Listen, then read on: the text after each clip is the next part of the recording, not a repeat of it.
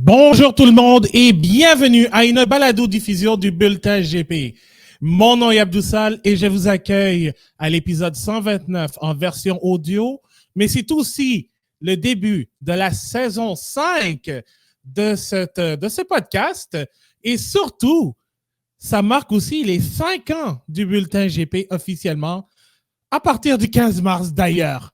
Alors, pour ce premier épisode, nous allons mettre à la table sur cette saison 2023 de Formule 1 qui commence cette fin de semaine au Bahreïn.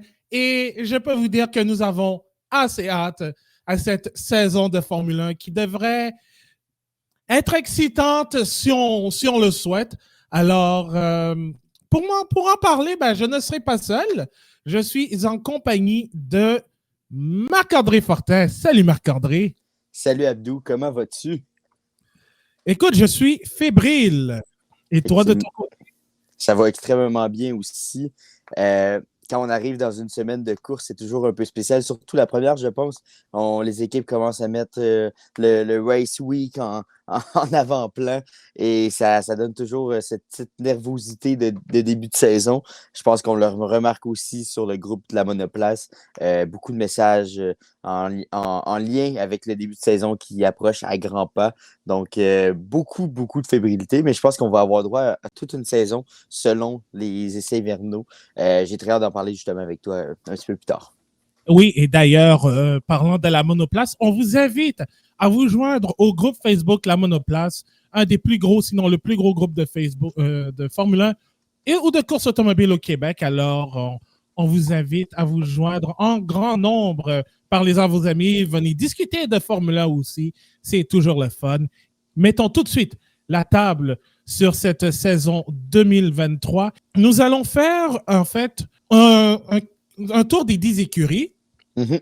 Et ensuite, on va faire un jeu de prédiction. Et j'ai invité Anna Maria Mercado-Lopez et Jean-Sébastien Barbeau ne sont pas là présentement pour cet épisode, mais je leur ai quand même envoyé des questions pour les prédictions en fin d'émission. Alors, on va y aller en tout seigneur, tout honneur, avec nul autre que l'écurie championne. On va aller selon l'ordre des constructeurs en 2022. Red Bull. Est-ce qu'on se dirige vers une autre année dominante pour l'équipe autrichienne qui a remporté le titre, évidemment, avec Max Verstappen, double champion du monde, et Red Bull qui a ajouté une 5e couronne des constructeurs? Ça semble se diriger vers ça, encore une fois. Malheureusement, pour ceux qui aiment le changement ou qui aiment que certaines équipes viennent jouer un peu les troubles fêtes, j'ai l'impression que ça va être une année aussi importante pour Red Bull. Ça semble être une année aussi de continuation, une année où, selon les essais hivernaux, puis on le sait, c'est jamais très fiable, selon la quantité d'essence qui est dans la voiture, selon la stratégie même des équipes qui peuvent changer. Certaines équipes vont décider de cacher leur jeu, d'autres à être très agressives et montrer leurs cartes. On se souviendra, si on peut prendre par exemple Mercedes à l'époque, c'était une équipe qui avait l'habitude de cacher ses cartes, de montrer qu'il n'était pas très fort et dès le premier Grand Prix en Australie, sortait avec de grosses performances et on se disait tous, ah ben on le savait. Mais c'est un peu je trouve que Red Bull a joué un peu cette carte-là tout en montrant quand même qu'elles étaient capables de faire de bons temps avec Max Verstappen dès le premier jour. Ensuite, Sergio Perez a bien terminé la séquence d'essais, mais on voit que je semble que cette voiture soit encore plus efficace en virage lent, ce qui donne de très bons résultats selon moi. J'ai l'impression que, je ne fais pas encore de prédiction, mais j'ai l'impression que la Red Bull va être très puissante encore cette année. Oui, et d'autant plus aussi que lors de ces 3 jours, même si on sait bien que les essais ne veulent pas nécessairement dire grand-chose en termes de performance brute, mais ce que Red Bull nous a montré au cours des 3 jours, surtout la deuxième journée, ça laisse croire que cette équipe pourrait, enfin, du moins dès les premiers Grands Prix de la saison, vraiment être une équipe difficile à battre.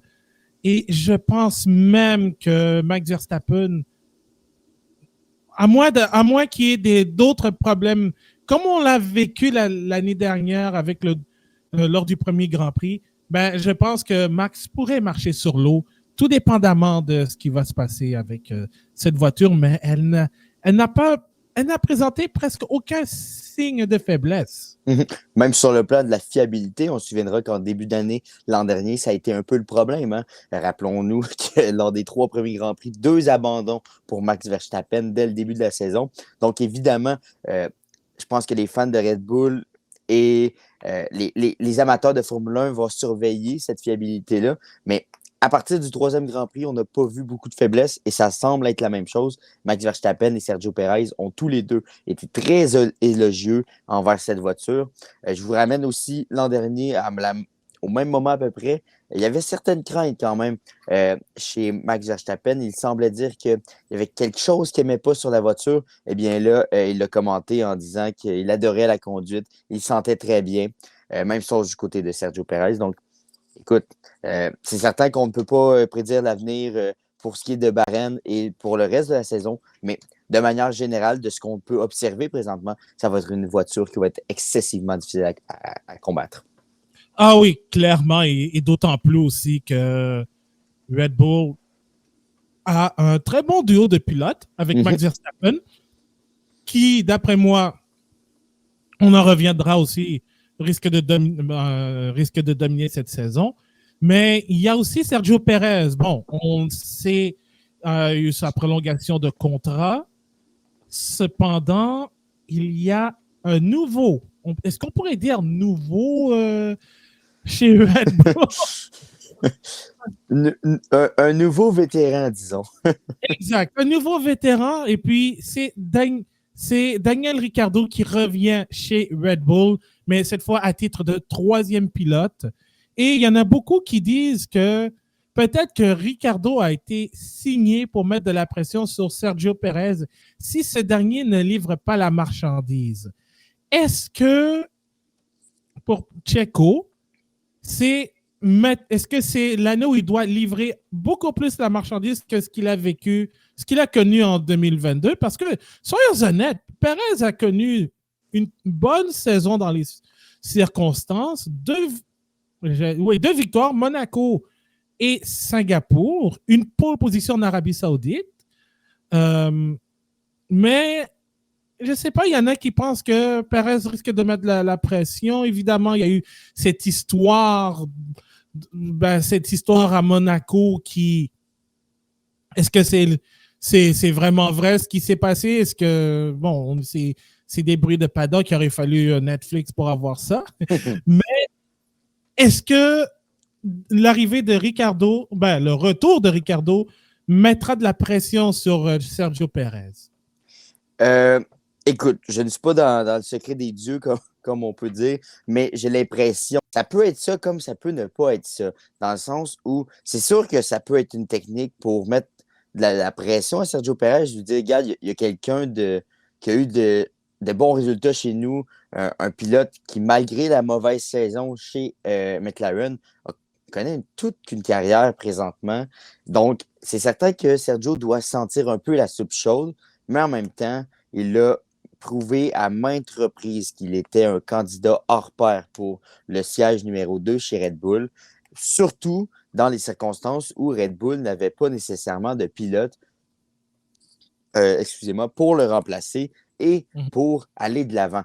Aucun jeune dans la filière présentement peut prendre sa place. Donc, le seul pilote qui pourrait potentiellement, si jamais quelque chose se passait, pourrait être Daniel Ricciardo. On sait que la patience chez Red Bull, ça n'a jamais été leur fort.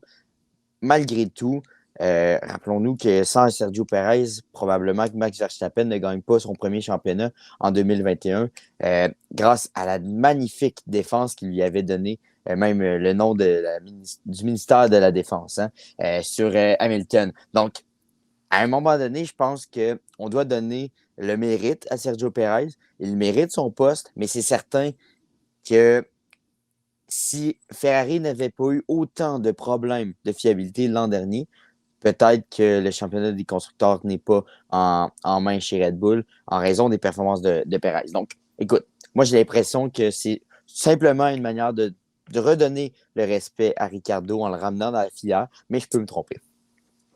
C'est à voir. Moi, je pense que Perez, avec ce que j'ai vu des essais, pourrait connaître une bonne saison. Je pour lui, mais c'est sûr que avoir Ricardo, bon, peut-être ça va être plus pour peut-être un aspect marketing plutôt que de mettre de la pression sur le Mexicain. Mais qui sait? Moi, je pense que Perez va connaître une bonne saison. Je le souhaite ardemment. Tu as glissé un mot sur Ferrari. Ça va être notre prochain sujet d'ailleurs. Réparer les pots cassés parce que je ne sais pas combien de pots ont été cassés au cours de la saison, mais mon Dieu, qu'à partir à partir du Grand Prix d'Émilie-Romagne, ça virait à la catastrophe pour Ferrari et surtout que l'écurie avait remporté 2 des 3 premiers Grands Prix avec Charles Leclerc, entre autres. Mais là, avec les essais, elle devrait rester potentiellement la 2e meilleure voiture du plateau. Mais certains disent que ça pourrait même être un petit recul, soit un léger recul, ou bien même parce que Red Bull a fait beaucoup trop de progrès sur la RB19 que Ferrari ne pourrait pas être en mesure de se battre à long terme durant la saison contre l'équipe autrichienne. Effectivement, je pense que c'est un excellent titre que tu as trouvé, Abdou, parce que c'est exactement ce que Ferrari doit faire cette année, c'est réparer les pots cassés, trouver une manière d'être fiable sur la piste. Ça va être sur la longévité qu'on va pouvoir l'observer. Je ne semble pas avoir vu de problème, là, à moins de me tromper, lors des 3 jours d'essai. Donc, heureusement, sur 3 jours, pour l'instant, ça semble tenir. Mais on le sait, la saison a bien commencé chez Ferrari et plus la saison avançait, plus c'était difficile, autant sur le plan de la fiabilité que des erreurs chez les pilotes. Et c'est certain qu'il y avait une nervosité qui s'installait dans la performance de Ferrari. Donc, en général, je pense que tu as très bien choisi le sous-titre pour cette raison. Maintenant, il y a eu plusieurs changements dans la direction chez Ferrari. Donc, on va voir aussi ce que ça pourrait amener. Est-ce qu'ils vont enfin réussir à, je ne dirais pas battre Red Bull parce qu'ils sont sur une autre planète, mais est-ce qu'ils vont être capables de rivaliser avec les stratégies de Red Bull? Ça va être hyper important cette année, surtout si Ferrari a eu un petit ou un léger retard sur Red Bull dès le début de la saison sur le plan des performances. S'ils sont capables de rivaliser avec Red Bull, avec leurs stratégies qui sont imprévisibles et surprenantes, il va y avoir là une amélioration qui pourrait les mettre en bonne position. Mais effectivement, je pense que ça va être une saison de connaissance aussi de la nouvelle direction envers les pilotes envers la direction et même à l'usine, ça va être différent. Il va y avoir une nouvelle énergie, soit positive ou négative, mais j'ai l'impression que ça va être positif, bien sûr, mais quand même, beaucoup, beaucoup de changements à venir chez Ferrari. Et tu as parlé de changement de la direction. Il faut noter que Mattia Binotto a été remercié à la fin de la saison. Et c'est Frédéric Vasseur, anciennement chez Alfa Romeo Sauber. Alfa Romeo, je m'excuse, qui le remplace.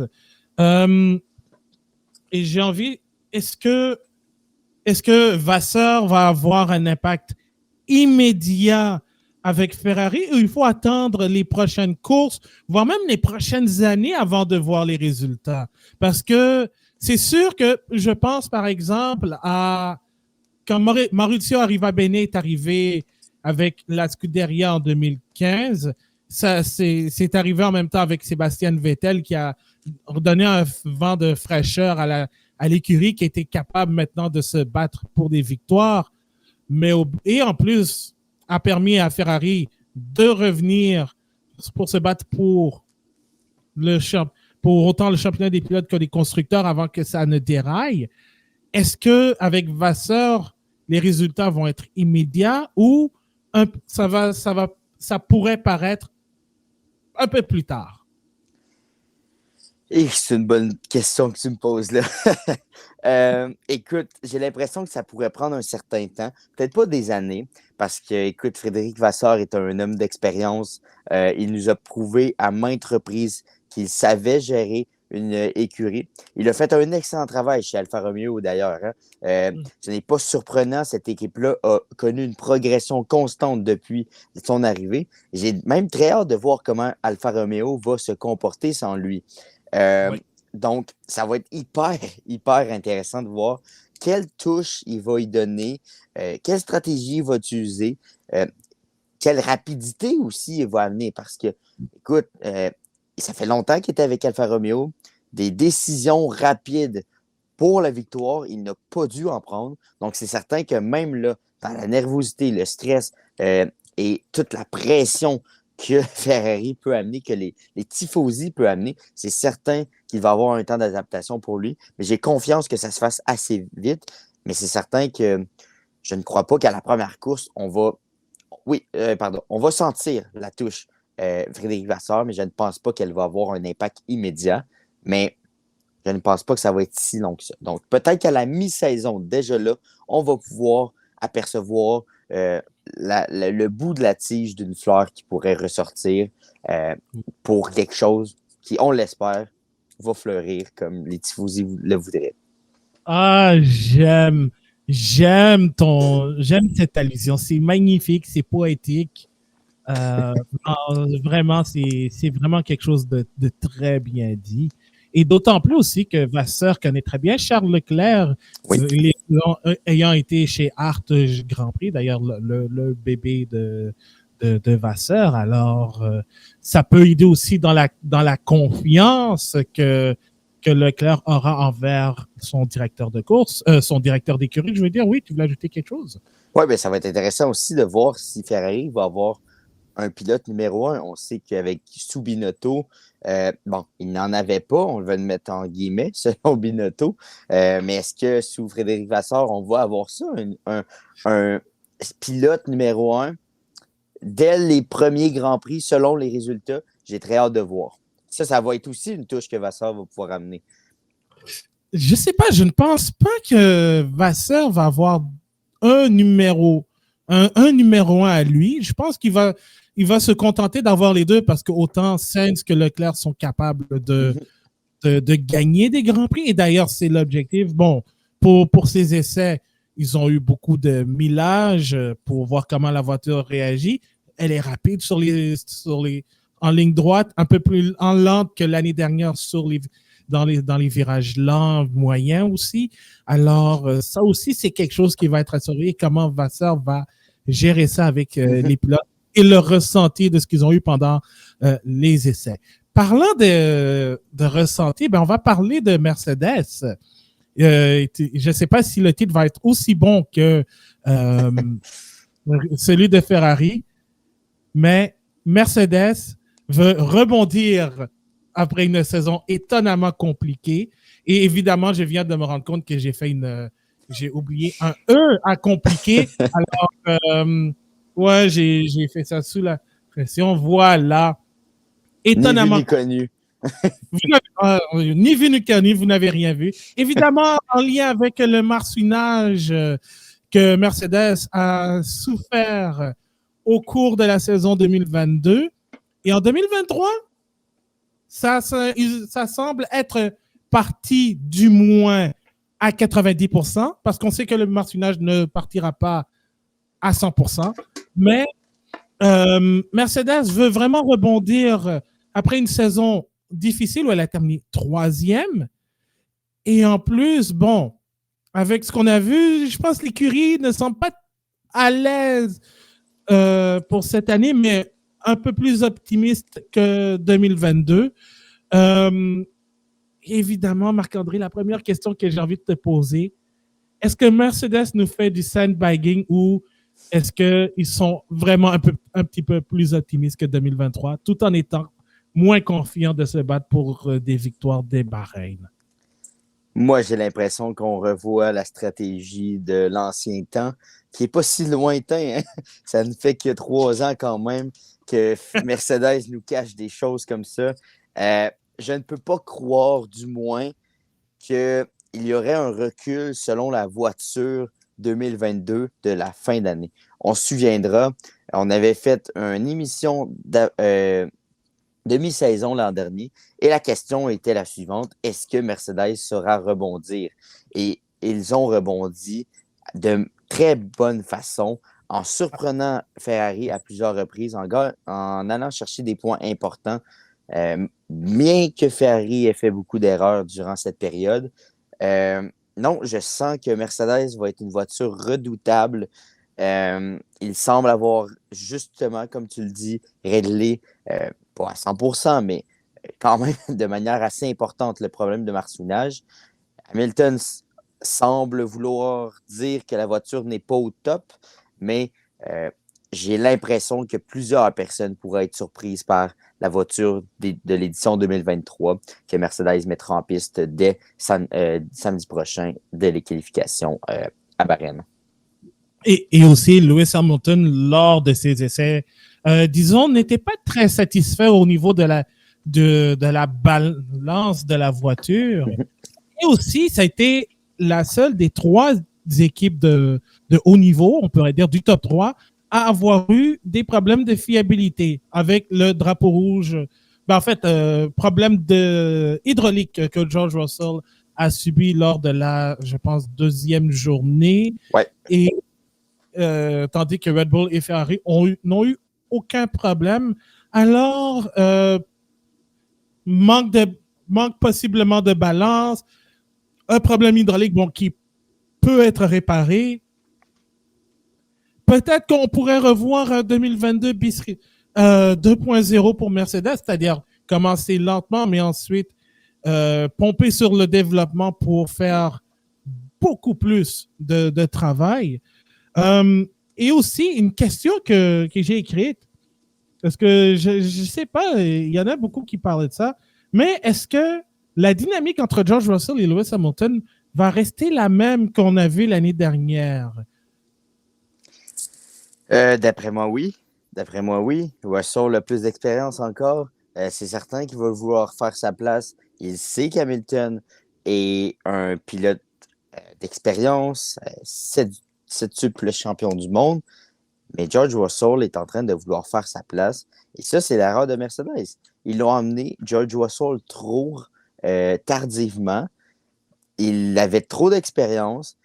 Il était enfin prêt à se battre pour des victoires. Alors que si tu amenais George Russell 1 an, 2 ans plus tôt, il n'aurait pas eu ce problème de un pilote qui veut faire la tête à l'autre. Mais oui, la dynamique, je crois, va être la même. Soit un pilote qui veut faire ses preuves et l'autre qui veut gagner son 8e championnat. Donc, c'est sûr que ça fait quelquefois du moins. On n'a pas observé trop de problèmes, mais quand même, c'est sûr que c'est peut-être pas l'ambiance la plus heureuse là, du côté de Mercedes, comme ils ont déjà eu avec un Rosberg-Hamilton. C'est pas sans rappeler toute la rivalité qu'il y a eu entre les deux.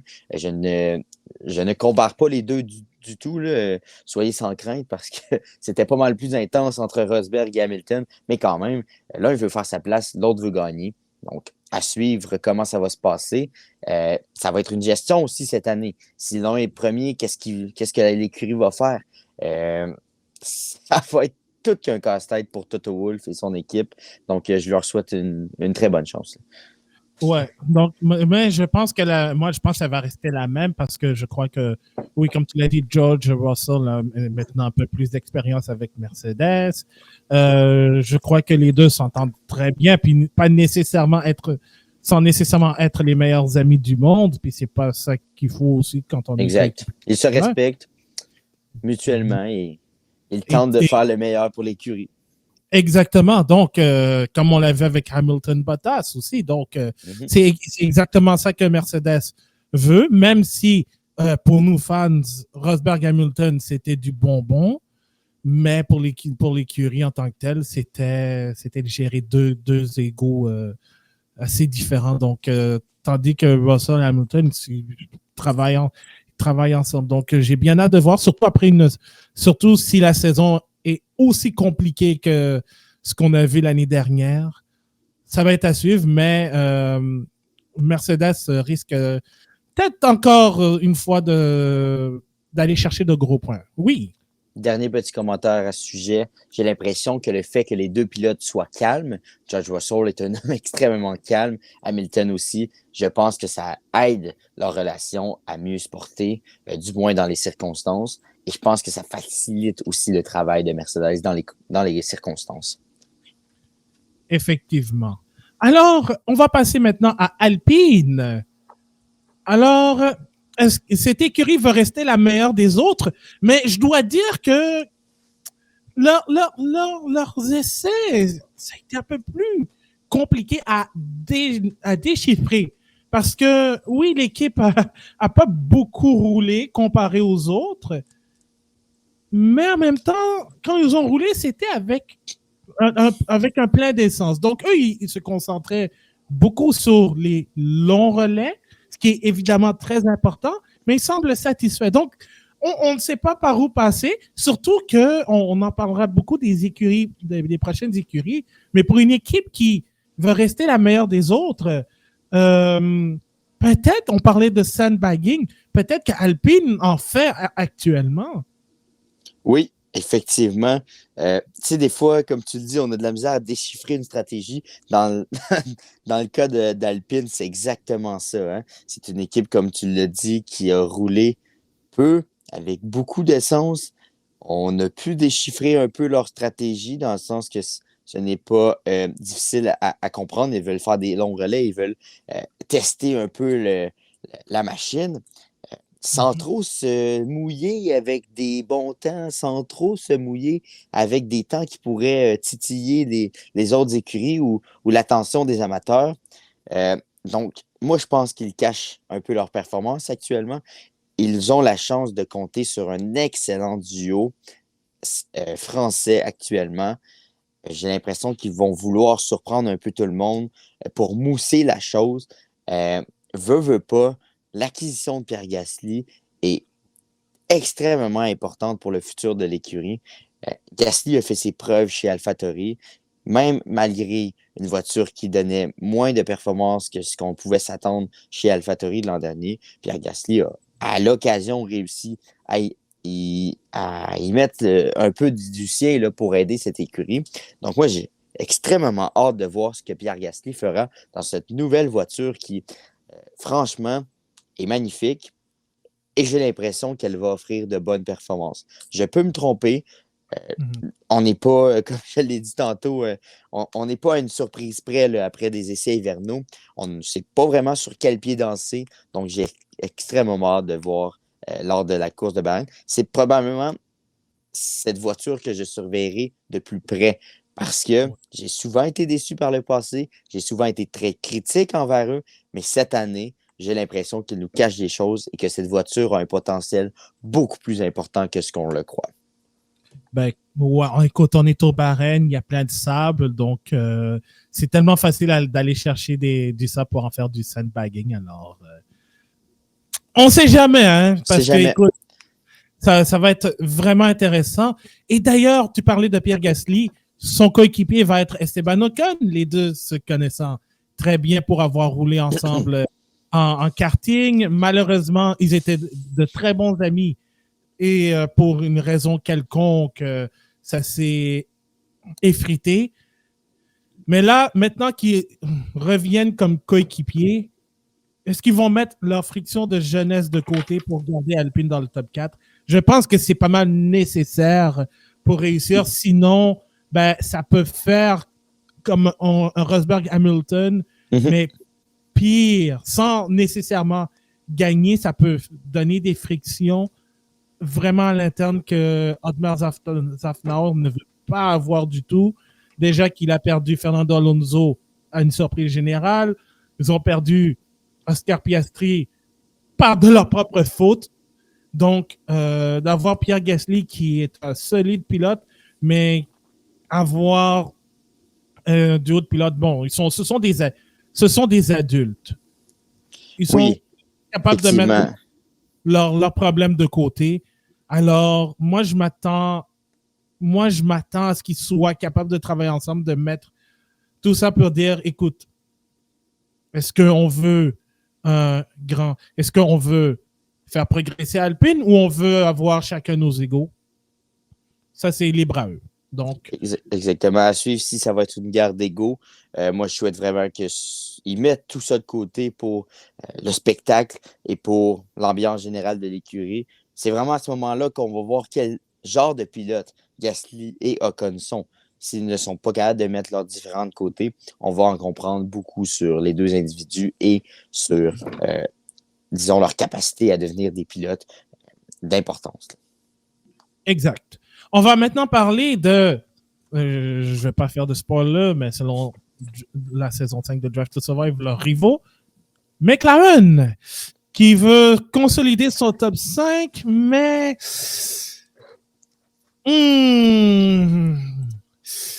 Si c'est vrai ce que Will Buxton a dit à propos de Lando Norris qui donne un coup de poing au mur en guise de frustration, fans de McLaren, vous risquez de trouver le début de saison vraiment long parce que ce n'était pas vraiment satisfaisant actuel, ces essais de pré-saison, autant pour Norris que pour Oscar Piastri. Effectivement. Ça commence très mal chez McLaren. On semble revoir un peu l'énergie qu'on avait dans le temps d'Alonso et de McLaren Honda. On se souviendra à quel point c'était frustrant, difficile à l'entour de l'écurie. Et présentement, ça me semble pas tout à fait solide, cette voiture. Il semble y avoir beaucoup de problèmes. Bien que l'an dernier non plus, ce n'était pas, disons, la voiture espérée. Donc, si jamais c'est le cas et que cette voiture n'atteint pas le potentiel que McLaren voulait, il va falloir qu'ils se regardent à l'interne c'est quoi le problème. Parce que là, ils ne peuvent plus mettre ça sur la faute de Honda. Ils ont un très bon moteur. Ils ont tout en place pour réussir et pour consolider cette 5e position. Mais effectivement, j'ai l'impression que ça va être un début de saison difficile. Les résultats n'ont pas été probants lors des essais hivernaux. Donc, ça va être extrêmement intéressant de suivre cette voiture. Je ne veux pas m'avancer trop, mais je les ai quand même loin là, dans mon classement. Donc, j'ai très hâte de voir de quelle manière cette voiture va performer lors des premiers Grands Prix, qui sont des Grands Prix avec des dispositions différentes aussi, quand même, avec Bahreïn et tout ça. Donc, j'ai très hâte de voir ce qui va se passer pour la suite, pour cette écurie. Et en plus, j'ai trouvé sur les réseaux sociaux quelqu'un qui a fait une compilation, un tableau Excel, en fait, des prédictions de l'ordre des écuries dès le premier Grand Prix de la saison Bahreïn. Il y a Albert Fabrega, qui est un journaliste espagnol très bien connu, qui met McLaren 7e. Will Buxton met McLaren dernier. Total Motorsport, qui est, je pense, un journal automobile allemand, 8e. The Race les met 9e. GP Blog, 8e, tout comme Ted Kravitz de Sky Sports F1 et Lawrence Barreto du site officiel de la Formule 1 le met l'écurie bon dernier. Donc, je reprends un meme de TikTok en anglais. It's not looking good, Bev. It's not looking good. Mais ça n'a pas l'air d'être le cas. Et puis, est-ce que pour McLaren, le pari d'avoir obtenu Oscar Piastri va être fructueux? Parce que c'est sûr que là, si on en croit la mine des pilotes ainsi que du personnel, ça ne semble pas être parti pour la gloire pour l'instant, à moins qu'on se trompe. Mais Oscar Piastri pourrait avoir un peu de mal à s'adapter avec sa nouvelle voiture dans les premiers Grands Prix. Mais est-ce que ce sera fructueux à long terme? On ne sait pas. Effectivement, Piastri a de gros souliers à porter avec toute la pression qu'il s'est mis en quittant Alpine et en signant avec McLaren. Donc, c'est certain que ce niveau de pression, il avait peut-être mal compté lors de la signature.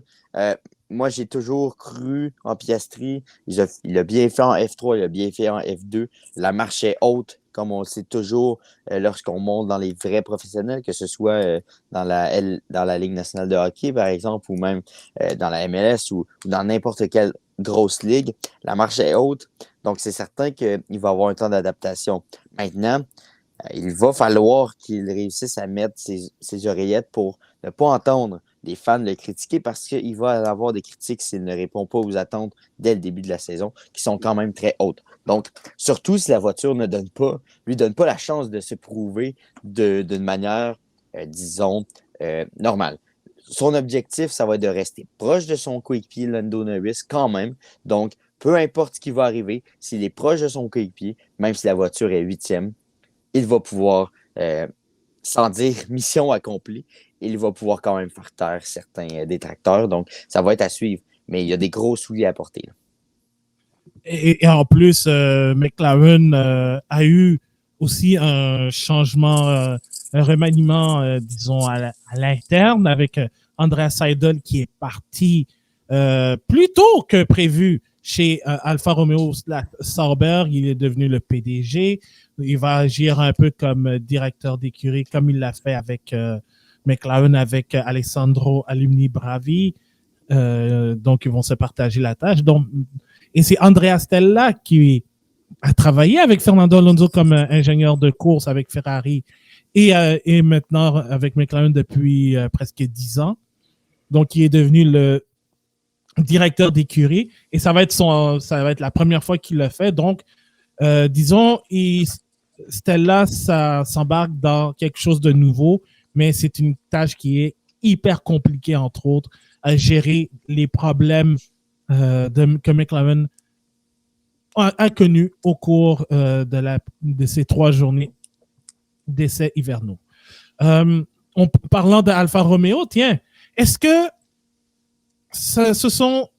l'écurie sera un outsider en 2023? Parce que, mettons-nous en contexte, l'année dernière, avec la nouvelle réglementation concernant les voitures, cette écurie roulait bien, mais avait des problèmes de fiabilité. Maintenant, 2023, ils ont une bonne voiture, roulent bien, mais ont eu, je crois, un seul moment de problème de fiabilité lorsque Valtteri Bottas a dû s'arrêter lors de la 3e et dernière journée, si je ne me trompe pas. Donc, ça a été le seul moment de faiblesse avec Zhou Guanyu aussi. Mais en général, cette voiture a bien roulé, a eu beaucoup moins de problèmes de fiabilité. Alors, est-ce que Alfa Romeo peut être un outsider pour cette saison 2023 ou bien même pour être un peu plus safe en ce début de saison 2023? Effectivement, j'ai l'impression que cette écurie a connu la meilleure progression en 2023. De toutes les écuries, c'est de loin celle qui va me tenir sur le bout de ma chaise tout au long de la saison, selon moi, d'une manière spéciale parce que, premièrement, elles aussi, ils ont réussi un très bon look pour ce qui est de la version 2023. Bottas amène une expérience importante chez Alfa Romeo qui a fait grandir la franchise depuis qu'il est arrivé. Guan Yu Zhou qui a surpris un peu tout le monde l'an dernier en connaissant de très bonnes performances pour une jeune recrue. Il a livré la marchandise. Il a 1 an de plus sous le volant. Donc, j'ai très hâte de voir ce qu'il va pouvoir apporter. Mais oui, je crois que ça va être la formation outsider de 2023. J'ai l'impression qu'ils vont sortir de très grosses performances, amenant l'équipe à une bonne position que vous allez pouvoir connaître plus tard. Exactement. Et aussi, on n'a pas besoin de parler de Bottas parce qu'il est arrivé l'année dernière avec beaucoup moins de pression dans une nouvelle écurie. Maintenant qu'il a un rôle de numéro 1, a été capable de donner de bonnes informations, de bons feedbacks à son écurie, malgré un manque de développement de l'équipe, et d'ailleurs qui a régressé. Maintenant, ça va être d'être beaucoup plus constant et éviter d'avoir des problèmes de fiabilité, parce que je pense qu'il y en avait plusieurs qui étaient reliés au moteur, au groupe propulseur Ferrari, d'autres qui étaient des problèmes reliés à des problèmes mécaniques pas de leur propre voiture aussi. Alors, je pense que si ces problèmes de fiabilité sont bel et bien réglés pour les premiers Grands Prix de la saison, moi, je pense qu'ils pourraient causer une surprise assez énorme.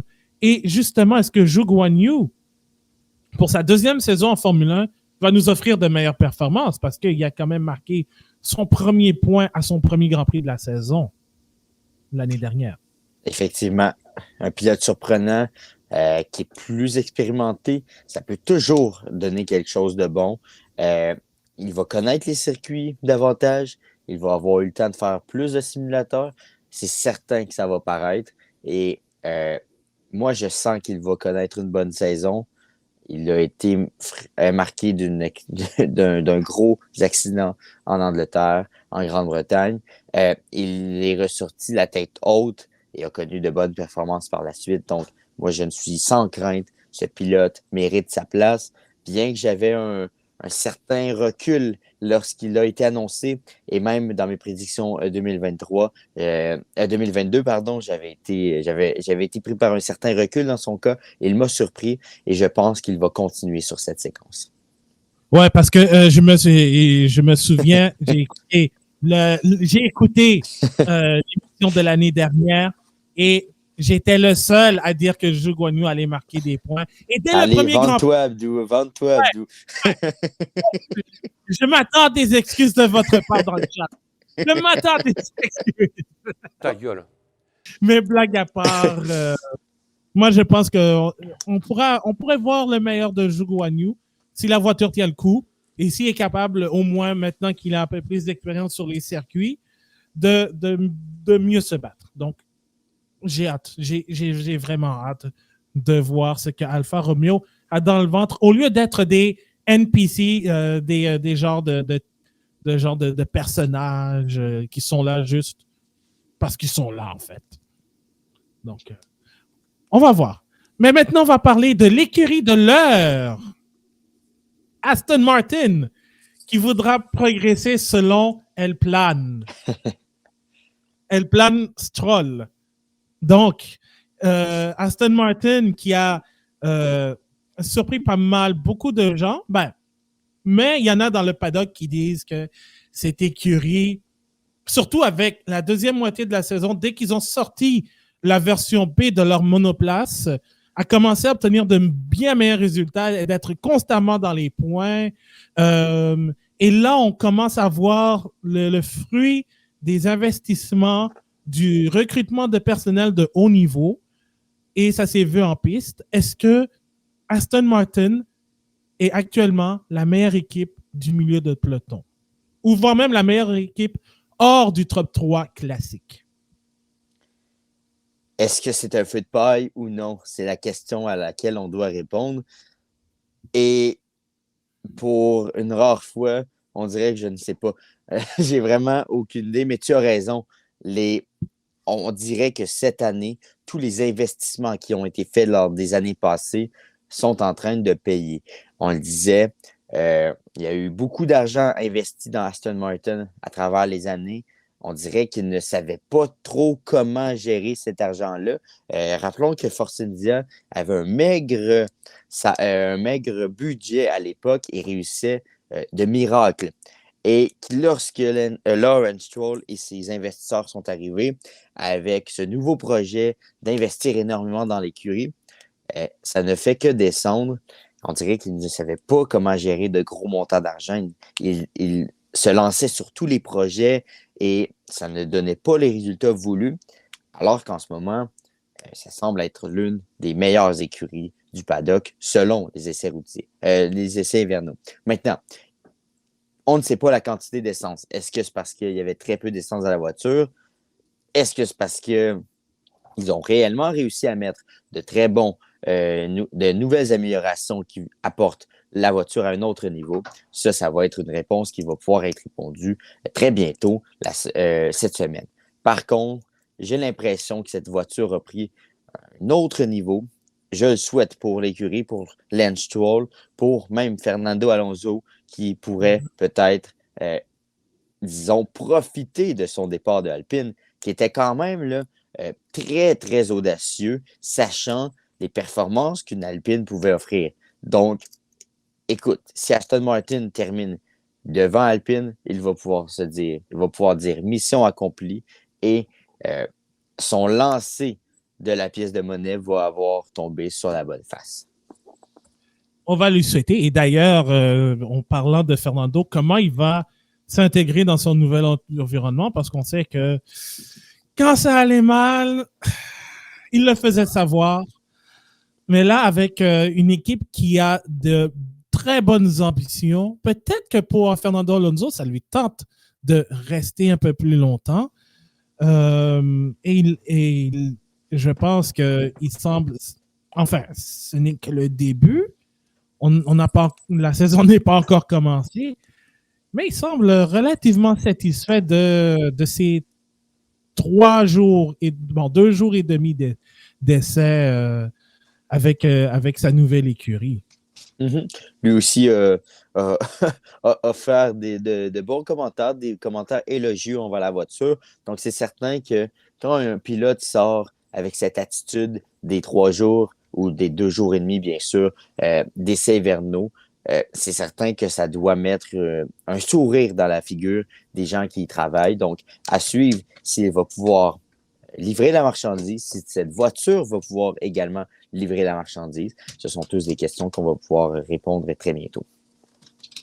Et aussi, la blessure de Lance Stroll. Oui. Ça aussi, c'est peut-être un point négatif. Peu importe ce qu'on peut penser du pilote québécois, en bien ou en mal, il faut le reconnaître. Et Fernando Alonso a un très bon point là-dessus.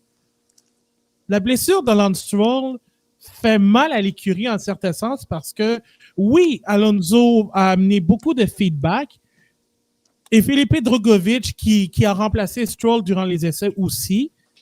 Mais Drugovich est un pilote de réserve, champion de Formule 1, pilote de réserve. Alors, avoir l'absence de Stroll peut faire mal parce qu'ils n'ont pas de feedback de celui qui va conduire l'autre voiture sur une base régulière. Donc, le ressenti d'Alonso n'est certainement pas le même que ce que Stroll a eu. D'autant plus qu'Alonso, même s'il a roulé 1 ou 2 fois dans la Aston Martin lors des essais post-Grand Prix d'Abu Dhabi, Stroll a roulé avec la voiture version A et B l'année dernière et aurait pu arriver avec, sans sa blessure, entrer dans la voiture et avoir un ressenti différent de, par exemple, ce qu'il avait lorsqu'il a conduit cette Aston Martin. Donc, oui, le feedback d'un double champion du monde est bien, mais le feedback du pilote qui est là, qui a conduit la voiture sur une base régulière l'année dernière, et peut être aussi importante. Alors, ça aussi, ça peut amputer à court terme l'écurie. Je pense que ça peut faire mal. Donc, peu importe ce qu'on peut penser de Lance Stroll, en bien ou en mal, son absence peut faire mal. Je pense que tu as très bien résumé la situation. C'est une perte qui est importante pour le moment, qui semble assez temporaire quand même. Mais écoute, on parle qu'il pourrait être absent lors du prochain Grand Prix.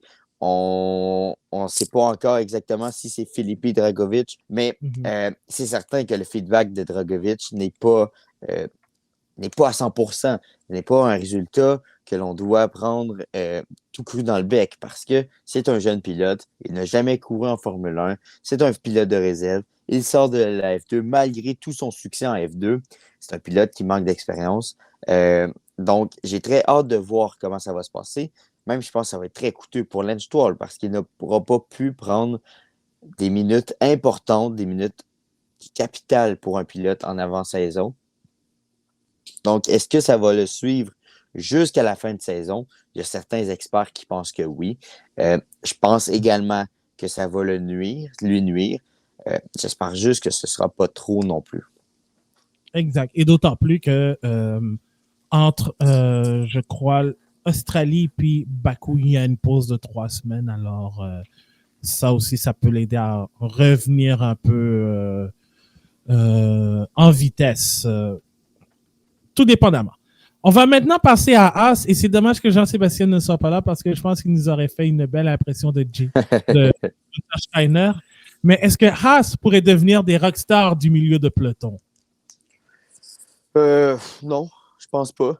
J'ai l'impression que c'est encore une écurie qui va se contenter de chercher un peu cette saison.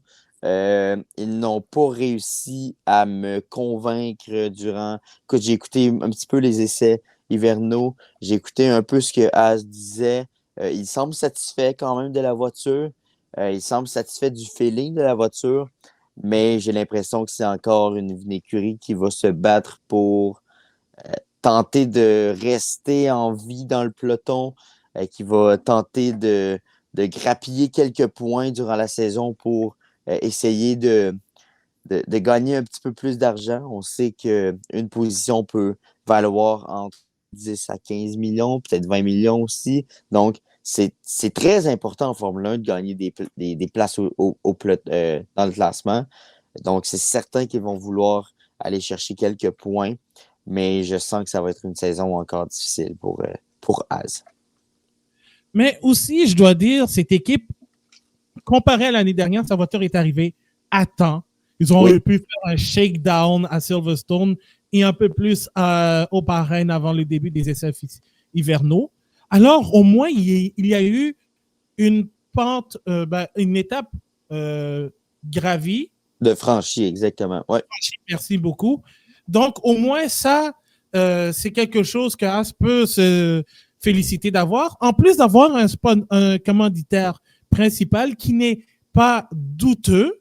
Monegram étant le commanditaire de Haas et pour ceux et celles qui ont fait du virement de l'argent dans d'autres pays, peuvent savoir que c'est une compagnie qu'on peut se fier.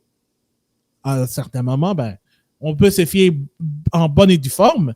Alors, au moins, ça va permettre à Haas d'avoir un peu plus de budget. Maintenant, l'autre question, c'est est-ce qu'ils vont pouvoir développer leur voiture? Parce que ça a été un énorme problème depuis qu'ils sont en Formule 1. Ils ont eu du mal à développer leur voiture. Et même quand ils ont tenté de le faire, ça a été pire que la version originale. Alors, maintenant qu'ils ont les budgets ils vont être dans les bons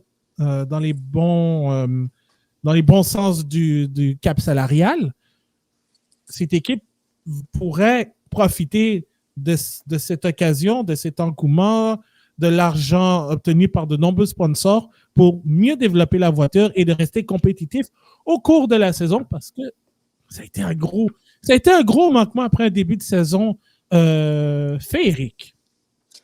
Effectivement, ça a été... ça s'est bousculé quand même cette saison 2022 chez Haas. Gene Haas s'est encore montré très insistant dans les performances. On l'a vu un peu dans Drive to Survive également. Là, je ne m'attendais pas trop à ça, mais Gene Haas était constamment présent au téléphone avec Gunther. Une grande pression quand même de la part du propriétaire. Et il va vouloir des résultats. Donc, c'est certain que je pense que l'écurie va vouloir lui montrer de quoi elle se chauffe. Mais c'est une écurie qui me met un peu sur ma faim quand même. Bien qu'il y ait eu des changements, bien qu'il y ait eu des évolutions lors de la saison dernière et qu'ils ont pu enfin, disons, se concentrer sur 2023 en même temps que la saison initiale de 2022. Définitivement. Et en plus, un changement important, c'est le retour de Nico Hülkenberg à temps plein, mais ça a été de sacrifier ou bien de se départir de Mick Schumacher. Est-ce que ça va être une bonne ou une mauvaise chose pour Haas? Moi, personnellement, Désolé aux fans de Mick, mais je pense que c'était la meilleure chose possible parce que Haas, ça fait des années qu'elle essaye de s'imposer en Formule 1. Ils n'ont jamais réussi à le faire. Maintenant, ils ont l'opportunité avec deux pilotes solides pour le milieu, pour le classement qu'ils veulent essayer d'avoir. Nico Hülkenberg a beaucoup d'expérience en Formule 1. Oui, j'ai beaucoup critiqué. J'ai beaucoup critiqué parce qu'on le surélevait parce que c'est un pilote gentil malgré son manque de podium. Mais mon Dieu que ce pilote, il est extrêmement constant. Il peut faire le travail n'importe quand pour n'importe quelle écurie. Aston Martin / Force India Racing Point, aussi avec Renault, il a été capable de faire le travail. Alors, avec une écurie comme Haas qui veut se solidifier sa position au classement au lieu de rester au bas-fond, ben, je pense que ça va être très important d'avoir un pilote comme Hülkenberg, expérimenté. Mais le truc maintenant, c'est que c'est un projet à court terme, malheureusement. Je vais terminer ce segment sur Haas en disant cela. C'est un pilote qui va garder la voiture en piste et qui va donner beaucoup d'économies à Haas. C'est malheureusement le cas. T'sais. C'est un pilote qui va être capable, sans faire de podium, mais garder la voiture en piste, la ramener au garage sans trop de soucis, qui ne poussera pas la voiture à son maximum parce qu'il veut obtenir des résultats. Il n'a pas cette pression-là non plus de devoir pousser la voiture. Donc, je pense que Gene Haas voulait un pilote qui sait comment ne pas faire d'erreur. Eh bien, il a bien choisi son cheval de bataille. Croisons-nous les doigts pour Haas et pour Jean-Sébastien pour qu'il nous fasse des imitations de Gunther. Bref, on va parler d'AlphaTauri qui voudrait oublier 2022 le plus vite possible. L'écurie a fini avant-dernier.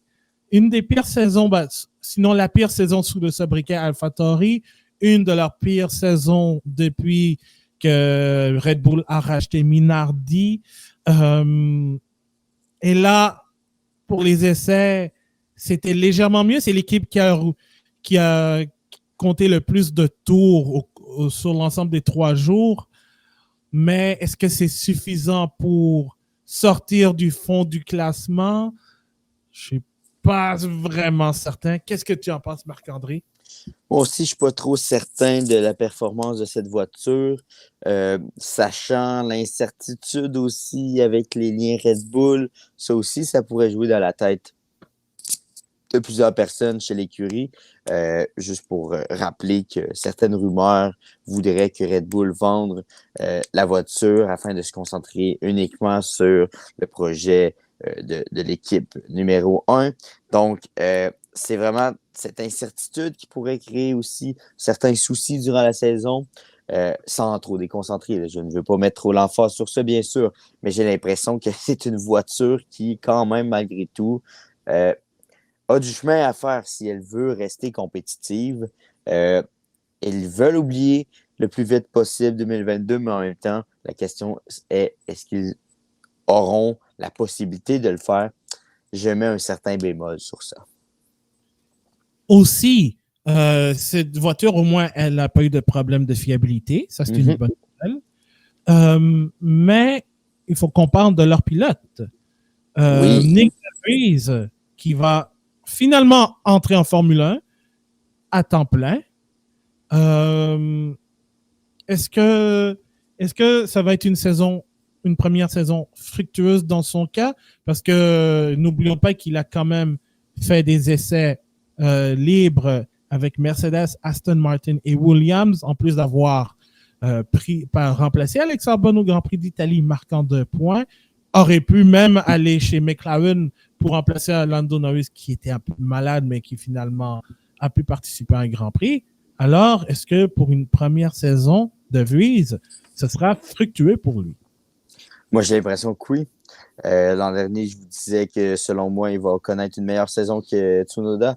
Ça va être un pilote qui a de l'expérience, non pas en Formule 1, mais dans plusieurs autres compétitions de course automobile, dont la FE.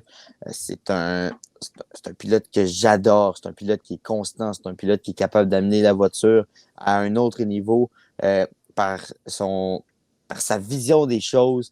Il a une bonne vision périphérique. Il connaît la Formule 1, bien qu'il n'ait jamais couru dans cette catégorie. J'aime beaucoup ce pilote. J'ai hâte de voir ce qu'il va nous offrir. J'espère être comblé durant cette saison. Et j'ai l'impression qu'il va réussir ce qu'il va tenter. De son côté, Tsunoda a beaucoup de pression. C'est le jeune poulain de Red Bull.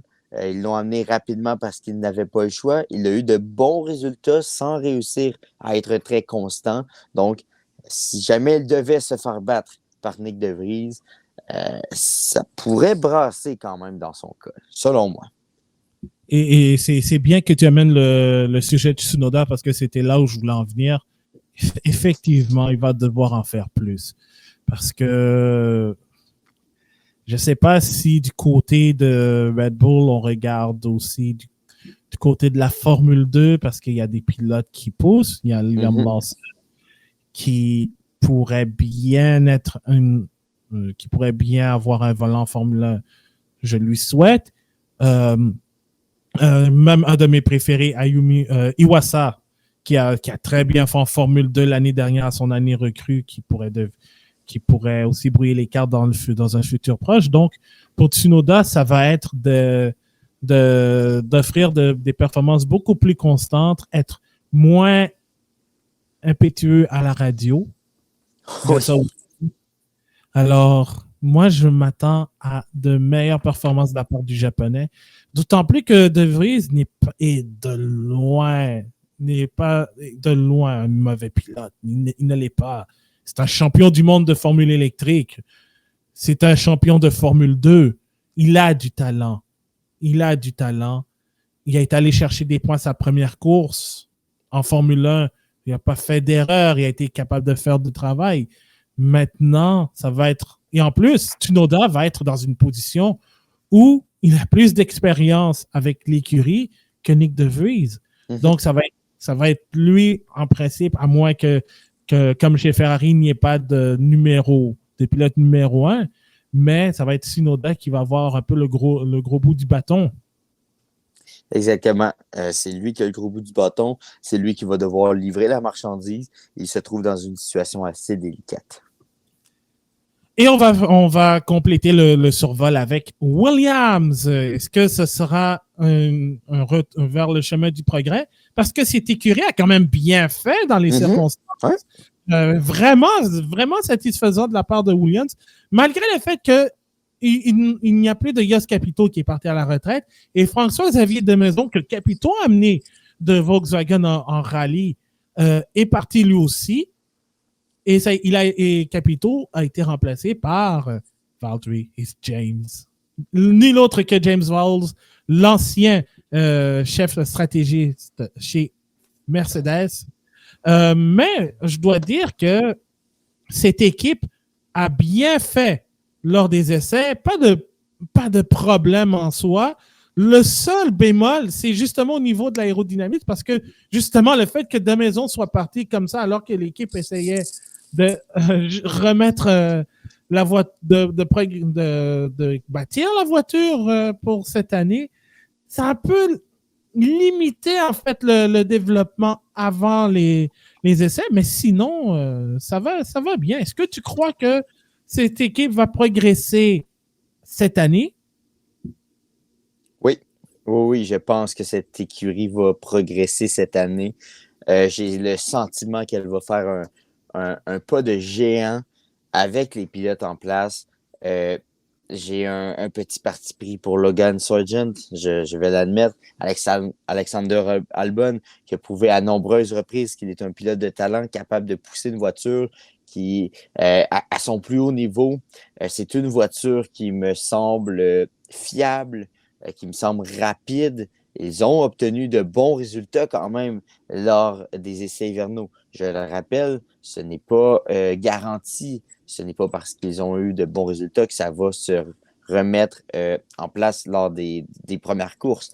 Mais j'ai l'impression qu'il y avait quelque chose dans cette voiture à travailler, du moins à développer. Donc, est-ce qu'on va voir le vrai du vrai lors de la mi-saison? Peut-être, mais je m'attends quand même à un début de saison respectable pour cette écurie anglaise. Et cette écurie a un pilote pour remplacer Nicolas Latifi, mais ça reste un pilote nord-américain puisque c'est Logan Sargent qui prend la place du Canadien. Est-ce que tu crois que ça va être une première saison fructueuse pour sa part? D'après moi, oui. D'après moi, il va réussir à surprendre certains détracteurs.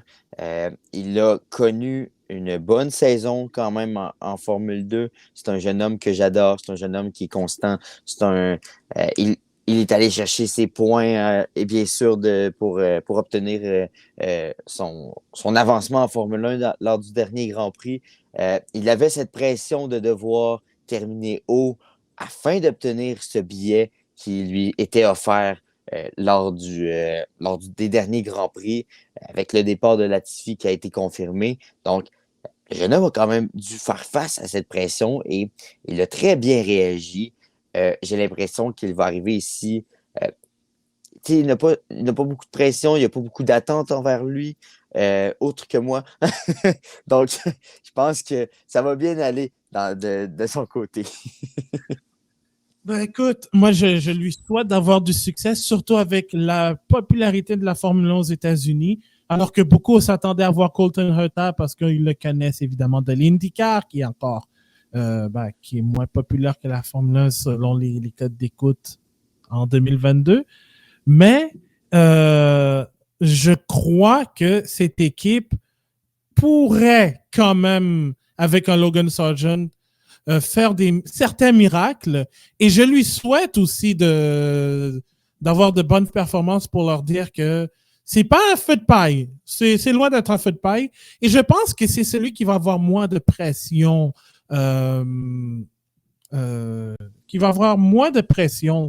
Cette année parce que Piastri en a en gros avec ce qui s'est passé durant l'été. Et Nick De Vries, il est chez AlphaTauri qui va essayer de se rebâtir. Donc, mais chez Williams, je pense que c'est celui qui va, des trois recrues, je pense que c'est celui qui va avoir le moins de pression. Effectivement. Alors, on a fait le tour des 10 écuries. Maintenant, on va faire un jeu des prédictions. Et ça, j'ai aimé le faire parce que ça va être tellement cool. Et Anna Maria et Jean-Sébastien ne sont pas là, mais ils ont participé à ce jeu. Donc, j'ai quelques questions à te poser, Marc-André. Donc, très rapidement. Alors, voici la première prédiction. Est-ce que le Grand Prix de Las Vegas sera un succès en piste? Parce qu'on connaît le succès hors piste, mais est-ce qu'en piste, ce sera un bon Grand Prix? Je l'espère. Donc, je vais dire oui. Je vais dire oui. Oui. OK. Donc, toi, tu dis oui. Anna Maria a dit qu'elle ne pense pas que ce sera un succès en piste. Et Jean-Sébastien, lui, il dit non plus. Il dit que ce sera dangereux et rempli de bling ridicule pour rien. Donc, et moi, je vais dire que ça risque d'être un succès. Donc, on est deux à dire oui et Anna-Maria et Jean-Sébastien disent non. Ensuite, deuxième question. Est-ce que Lewis Hamilton va remporter un Grand Prix en 2023?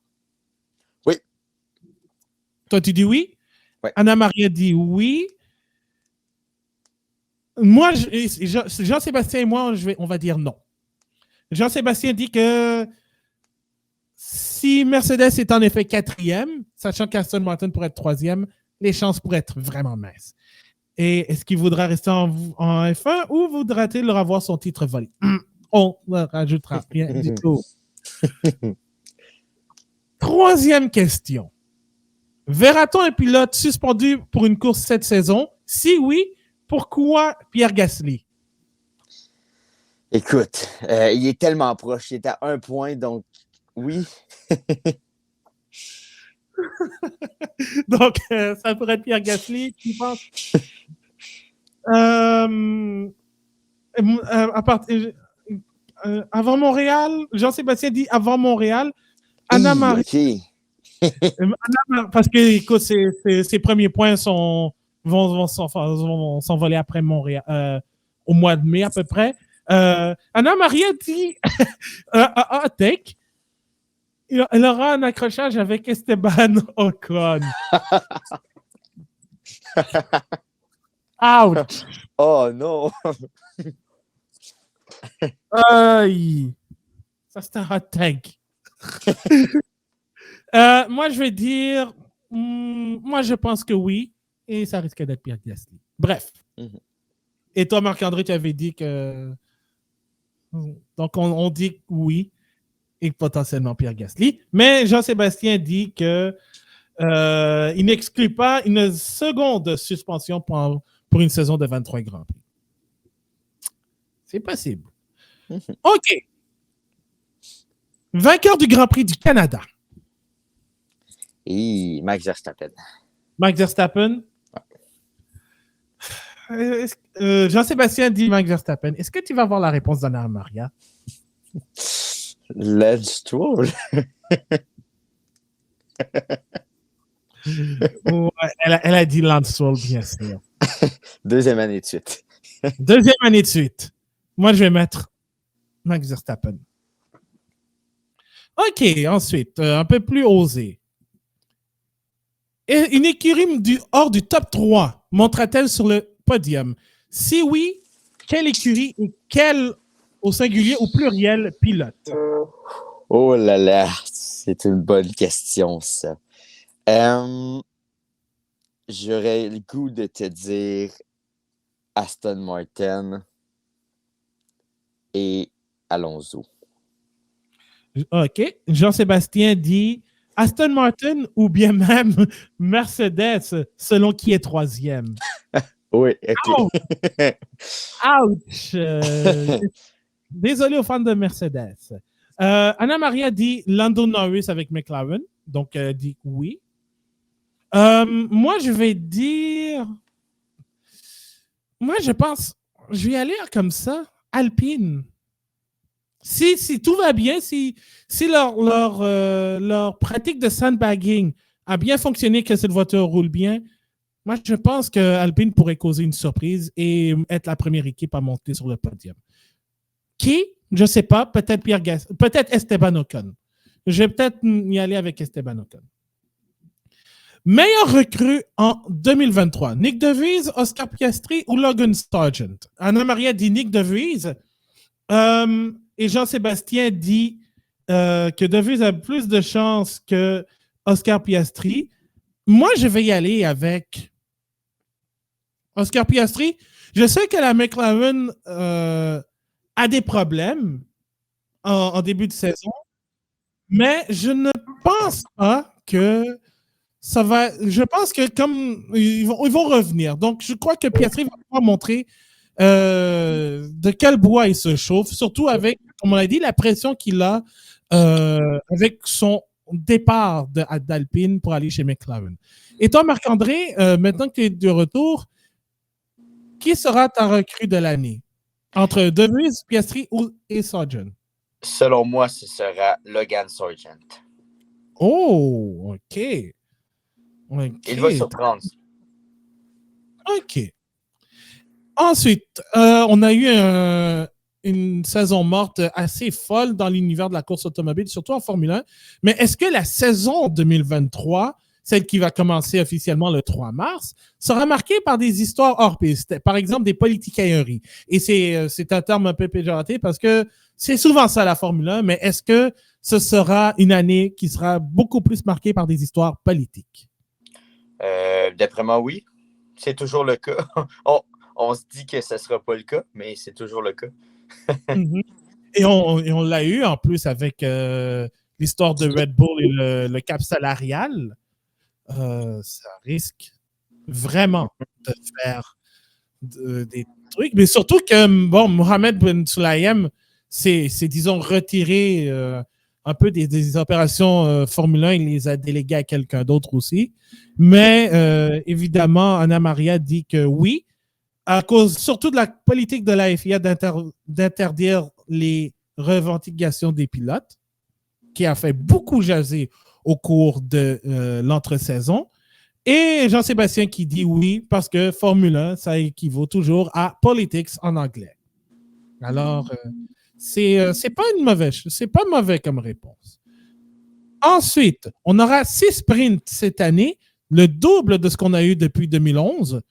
Mais est-ce qu'on aura droit à de meilleurs sprints cette année? Oui, je pense que oui. Je pense que les écuries commencent à comprendre un peu comment ça fonctionne. Avec 6 sprints, ça veut dire que c'est beaucoup plus de points à acquérir. Donc, tu ne pourras pas te dire que les sprints, c'est pas important, puis que tu te forceras pas juste parce que tu veux garder ta voiture pour la course. Ça va être des points importants. Et rappelons aussi que il y a les 6, c'est Bakou, Autriche, il y a la Belgique, États-Unis, Qatar et Brésil. Donc, Qatar, je suis assez surpris. Ouais. Peut-être un peu d'argent. Ça aussi. D'ailleurs, félicitations à Qatar Airways d'être devenu un commanditaire officiel de la Formule 1.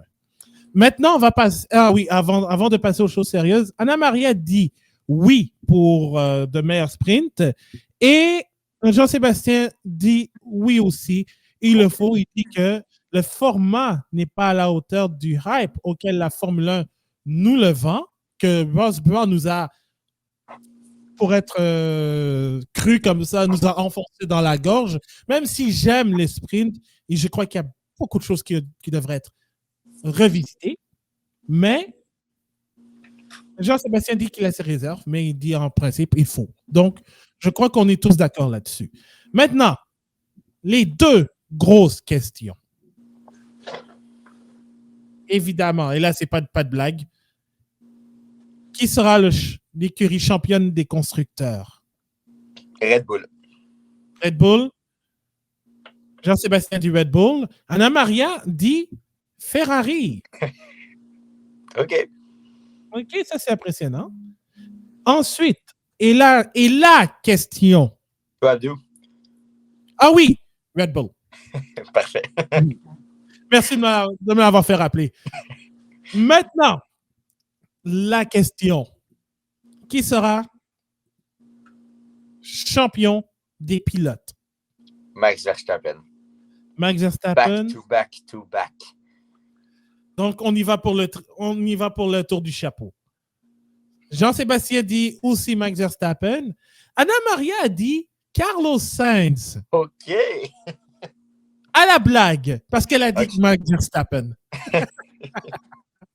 Alors, et moi, pour compléter, je crois que je vais y aller avec Max Verstappen.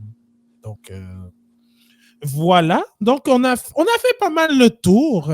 Donc, je crois qu'on a mis la table pour les écuries et un peu, on y est allé avec certaines de nos prédictions en vue de la saison 2023.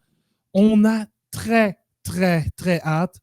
Ça commence ce vendredi et je ne peux pas m'empêcher de penser que... Oui, Marc-André? Est-ce que j'ai droit à un petit hot take pour finir? Oui, vas-y. Pour tout le contraire de Jean-Sébastien, je crois que Mercedes connaîtra une très bonne saison et terminera 2e au championnat. Oh, OK. Alors, c'est ce qui complète ce premier épisode de la saison 5 de la balado du Bulletin GP. Évidemment, on vous invite à nous suivre sur Facebook, Twitter et Instagram @le Bulletin GP. D'ailleurs, je vais essayer de dépoussiérer le compte Instagram parce qu'il a été utilisé depuis belle lurette. Et évidemment, on vous invite à vous joindre au groupe Facebook La Monoplace, où vous pouvez discuter de la Formule 1 en tout temps. avec le respect, évidemment, de bonnes échanges, Marc-André et moi, on y sommes. En fait, toute l'équipe du Bulletin GP y est. Et évidemment, on salue Julien et Émile Légaré-Turcotte, ainsi que les modérateurs de la balado-diffusion, en fait, de la Monoplace, mais ils font partie aussi de la balado-diffusion du Bulletin GP à quelques occasions aussi. Alors, on vous invite à vous joindre à ce groupe. Alors, évidemment, vous pouvez écouter nos épisodes de podcast sur toutes vos plateformes de podcast préférées, Spotify, Apple Podcasts, Google Podcasts et partout où vous écoutez vos balados diffusion. Et on va essayer le plus possible, je vais pas rien promettre, d'être sur YouTube aussi, comme on le fait en ce moment. Alors, sur le compte Le Bulletin GP, n'hésitez pas à le partager aussi. Donc, on va essayer de faire ça plus souvent. Et d'ailleurs, je vous annonce aussi le retour de l'émission l'après-course du Bulletin GP, qui sera d'ailleurs présent ce dimanche après le Grand Prix de Bahreïn, qui, à l'heure du Québec, commence à 10h et à 16h, heure de France. Marc-André, merci beaucoup d'avoir été là. Un énorme plaisir. C'est toujours un grand plaisir de se frotter et de faire des petites prédictions en début de saison. Alors, mon nom est Abdoussal. On continue toujours de rouler avec le Bulletin GP et on se retrouve une prochaine fois pour un prochain épisode du Bulletin GP. Salut tout le monde!